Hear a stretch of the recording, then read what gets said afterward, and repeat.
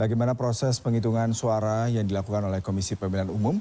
Sudah ada produser lapangan Iqbal Kiarso di gedung KPU Jakarta. Selamat pagi Iqbal. Iqbal, bagaimana proses perhitungan suara di KPU meskipun saat ini pastinya membutuhkan waktu mengingat baru hari ini semua data di-input merupakan pekerjaan yang panjang ya sehingga kita mendapatkan hasil pada bulan Maret mendatang.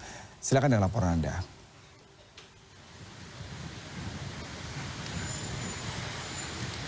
Ya, selamat pagi Yuda dan juga pemirsa. Betul sekali bahwa tahapan pemungutan dan penghitungan suara pada pemilu 2024 ini memang sudah dilakukan pada kemarin Rabu 14 Februari 2024. Dan berdasarkan PKPU atau Peraturan Komisi Pemilihan Umum nomor 3 tahun 2022, ini proses rekapitulasi hasil penghitungan akan diproses setelah penghitungan suara selesai yaitu pada hari ini, yaitu Kamis 15 Februari 2024. Dan berdasarkan dari undang-undang tersebut atau peraturan KPU tersebut dan juga keterangan dari komisioner KPU ini mengatakan bahwa pada penghitungan suara atau rekapitulasi penghitungan suara nantinya akan dilakukan secara berjenjang, yaitu memang dimulai dari TPS-TPS lalu diserahkan kepada panitia pemilihan kecamatan, lalu rekapitulasi yang telah di-input dari TPS-TPS melalui panitia pemilihan kecamatan itu nantinya akan berjenjang masuk ke Komisi Pemilihan Umum tingkat kabupaten kota untuk kembali diproses melakukan rekapitulasi tersebut. Dan dari rekapitulasi yang disampaikan nantinya atau dihasilkan dari KPU kabupaten kota barulah nantinya akan naik ke tingkat provinsi di KPU provinsi masing-masing gitu. Lalu setelah dari KPU provinsi barulah nantinya Komisi Pemilihan Umum Pusat nantinya akan memproses atau mengumumkan hasil terkait dengan penghitungan suara pada tahapan pemilu 2024 ini. Dan dari hasil tersebut sebenarnya pihak KPU sudah menyiapkan atau Sirekap atau sistem informasi rekapitulasi yang bisa dipantau oleh seluruh masyarakat ketika pemungutan suara ini sudah dilakukan selesai pada pukul 1 siang kemarin, di mana Sirekap ini sudah menampilkan beberapa TPS-TPS yang sudah menginput hasil C Plano yang memang sudah dilakukan oleh pihak dari KPPS sendiri. Dan dari Sirekap yang ditentukan oleh pihak KPU, kami sudah memantau sejak pukul 9 pagi, ini sudah ada sekitar 337.602 TPS dari 800.000 lebih TPS yang memang baru menginput ke sistem Sirekap yang ditetapkan oleh KPU sendiri, atau dari angka tersebut baru sekitar 41,01% suara yang masuk dari TPS-TPS tersebut yang menginput ke Sirekap. Dan dari Sirekap tersebut ada angka-angka yang sudah didapatkan hasil untuk suara yang dihasilkan dari suara di TPS, dan khusus untuk presiden dan wakil presiden suaranya ini sudah masuk, di mana untuk pasangan nomor urut 1 yaitu Anies Baswedan dan juga Muhaimin Iskandar ini telah mendapatkan sekitar 5,4 juta suara atau sekitar 24,5%. Untuk pasangan nomor urut 2 yaitu Prabowo Subianto dan juga Gibran Rakabuming Raka ini sudah mendapatkan suara sekitar 12,476 ribu suara atau sekitar 56,11%. Dan untuk pasangan nomor urut 3 yaitu Ganjar Pranowo dan juga Mahfud MD ini mendapatkan total suara sekitar 4,3 juta suara atau sekitar 19,34% suara. Dan itu adalah update terakhir pada pukul 9 pagi tadi, Yuda. Dan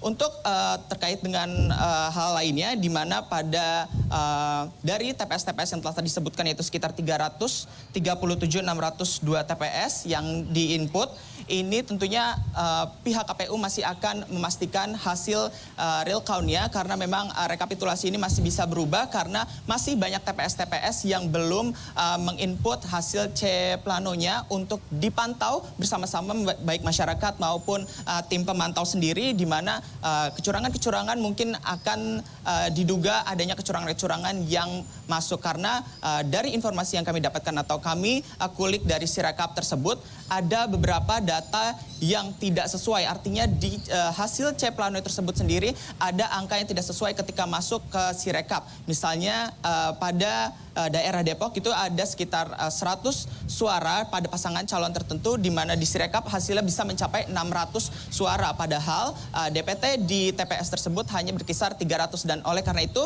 pihak KPU sendiri nantinya akan memberikan keterangan lebih lanjut terkait dengan dugaan-dugaan kecurangan tersebut. Apakah nantinya memang dari sistem tersebut ataukah memang dari dari pihak KPPS-nya sendiri yang salah menginput di Sirekap sendiri. Dan terkait dengan keberlanjutan penghitungan suara atau nantinya rekapitulasi, sebenarnya masih ada kendala terkait dengan penghitungan suara atau pemungutan suara maksud kami, di mana ada sekitar 668 TPS di sejumlah daerah yang harus melakukan pemungutan suara susulan lantaran berbagai kondisi, di mana sesuai dengan pasal 110 ayat 1 yaitu dari peraturan KPU nomor 25 tahun 2023 ini ada hal-hal yang dapat membuat pemilu susulan dilaksanakan, di mana hal tersebut berkaitan dengan misalkan gangguan keamanan ataupun potensi kerusuhan dan juga adanya bencana alam, di mana seperti kita ketahui beberapa hari terakhir ini di daerah Jawa Tengah yaitu tepatnya di Demak itu sedang dilanda banjir, sehingga ada sekitar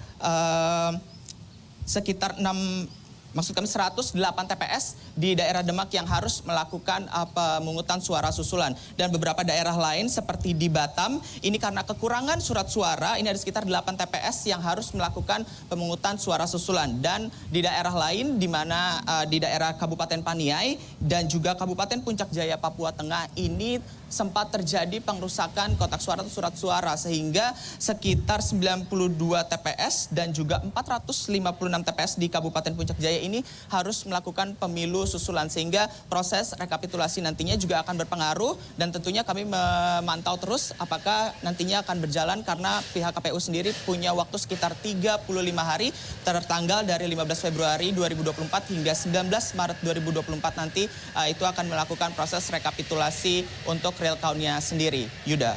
Baik, Iqbal Kiyarso, terima kasih untuk laporan langsung Anda. Selamat bertugas kembali, Iqbal.